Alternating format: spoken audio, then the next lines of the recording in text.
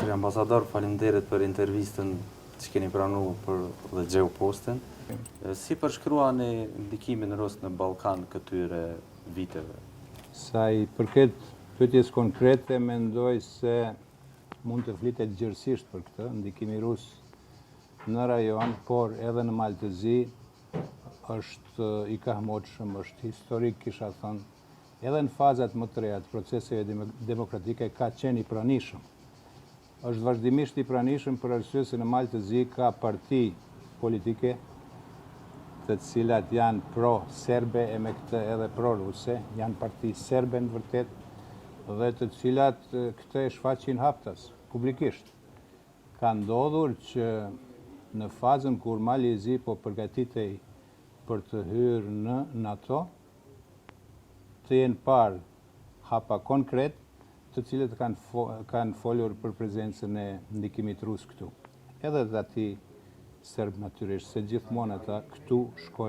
shkojnë bashkë. Në vitin 2016, në prag të zgjedhjeve parlamentare,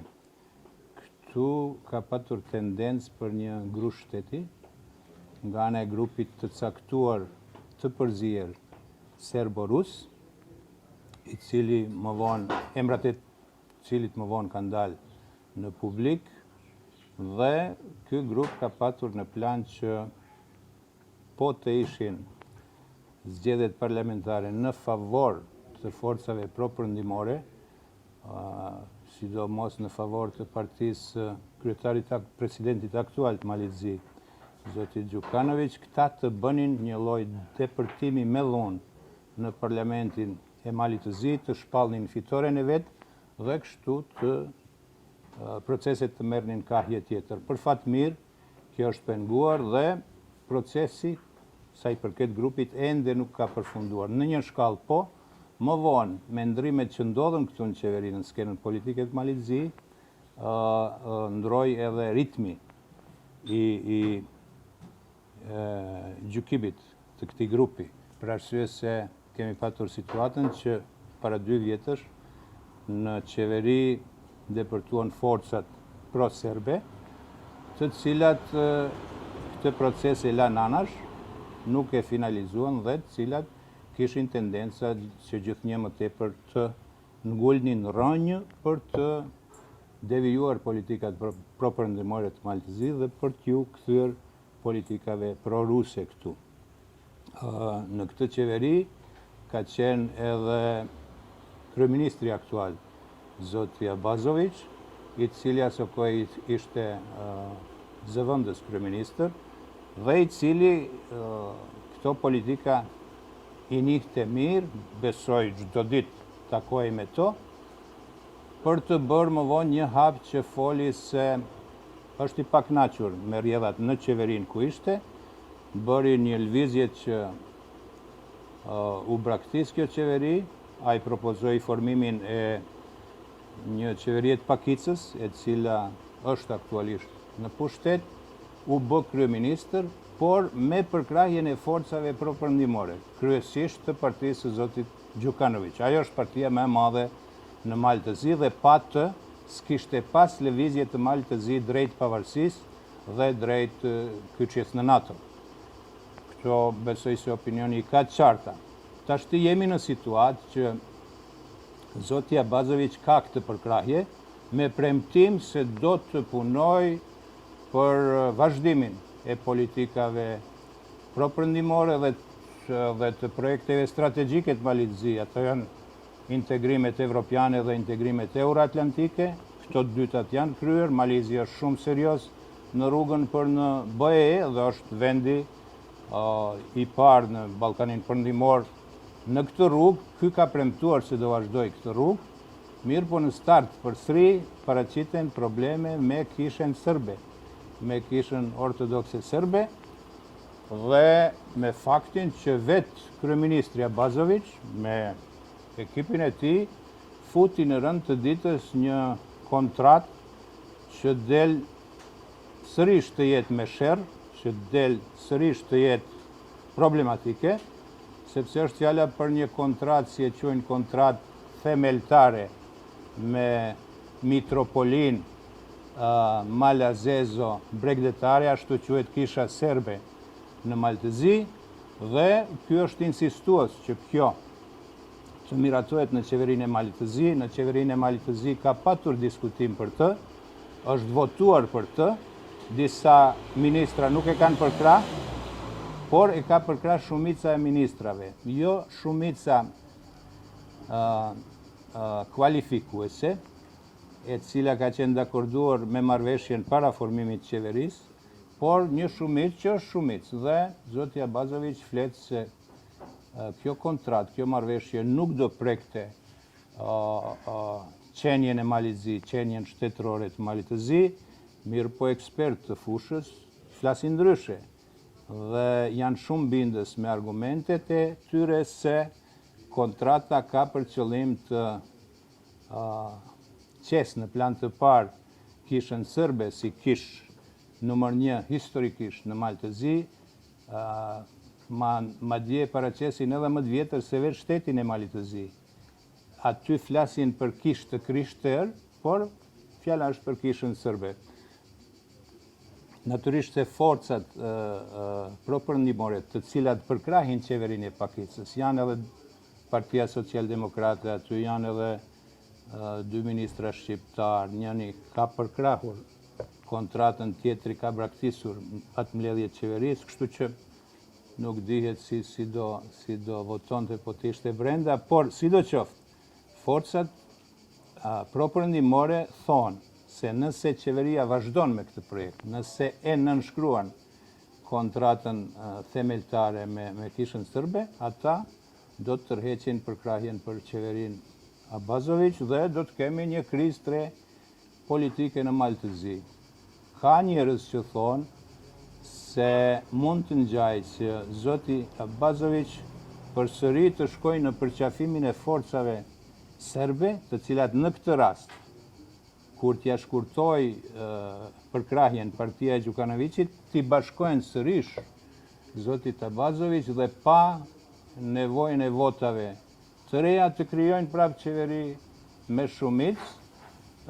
pro-sërbe, cila do të vazhdonte planet e veta, projektet e veta. Unë shpresoj se kjo prapë nuk do të ngjaj, shpresoj se edhe partnerët tanë ndërkombëtar e kanë të qartë se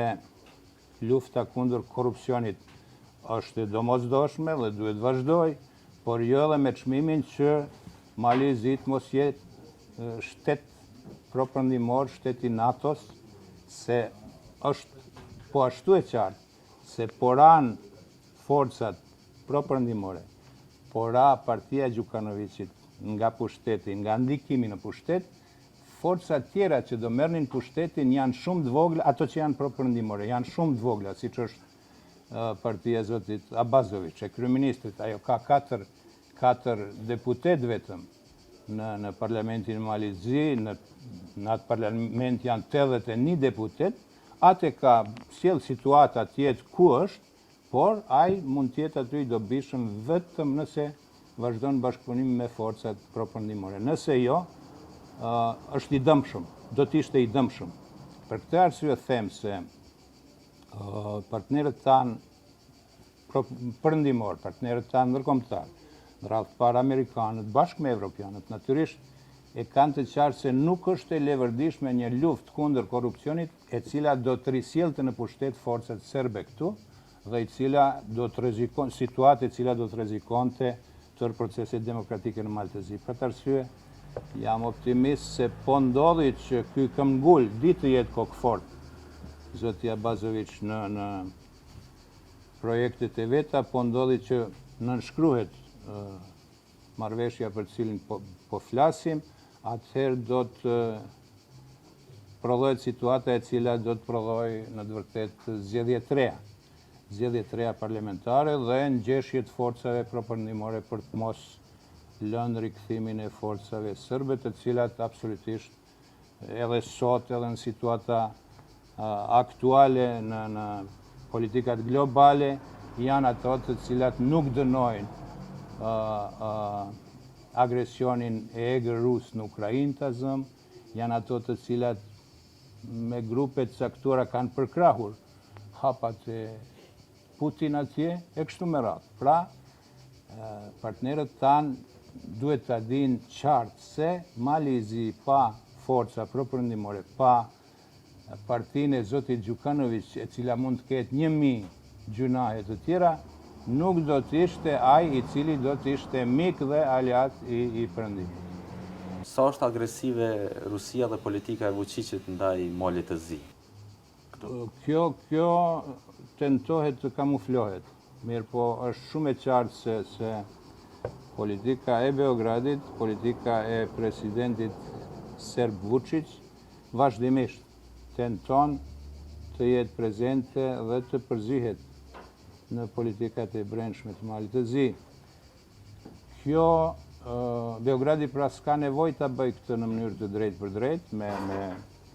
mesazhe nga Beogradi, për arsye se ka partitë të cilat i ka në kontroll këtu në Mal të Zi, të cilat deri dje kanë përkrahur qeverinë që thamë se ka qenë zoti Abazović, zëvendës kryeministër, të cilat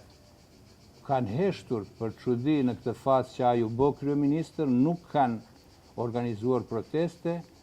sigurisht për të pritur momentin që të kalohet me projektet tyre, siç është kjo marrëveshja me Kishën, e për të vazhduar edhe me tjerat.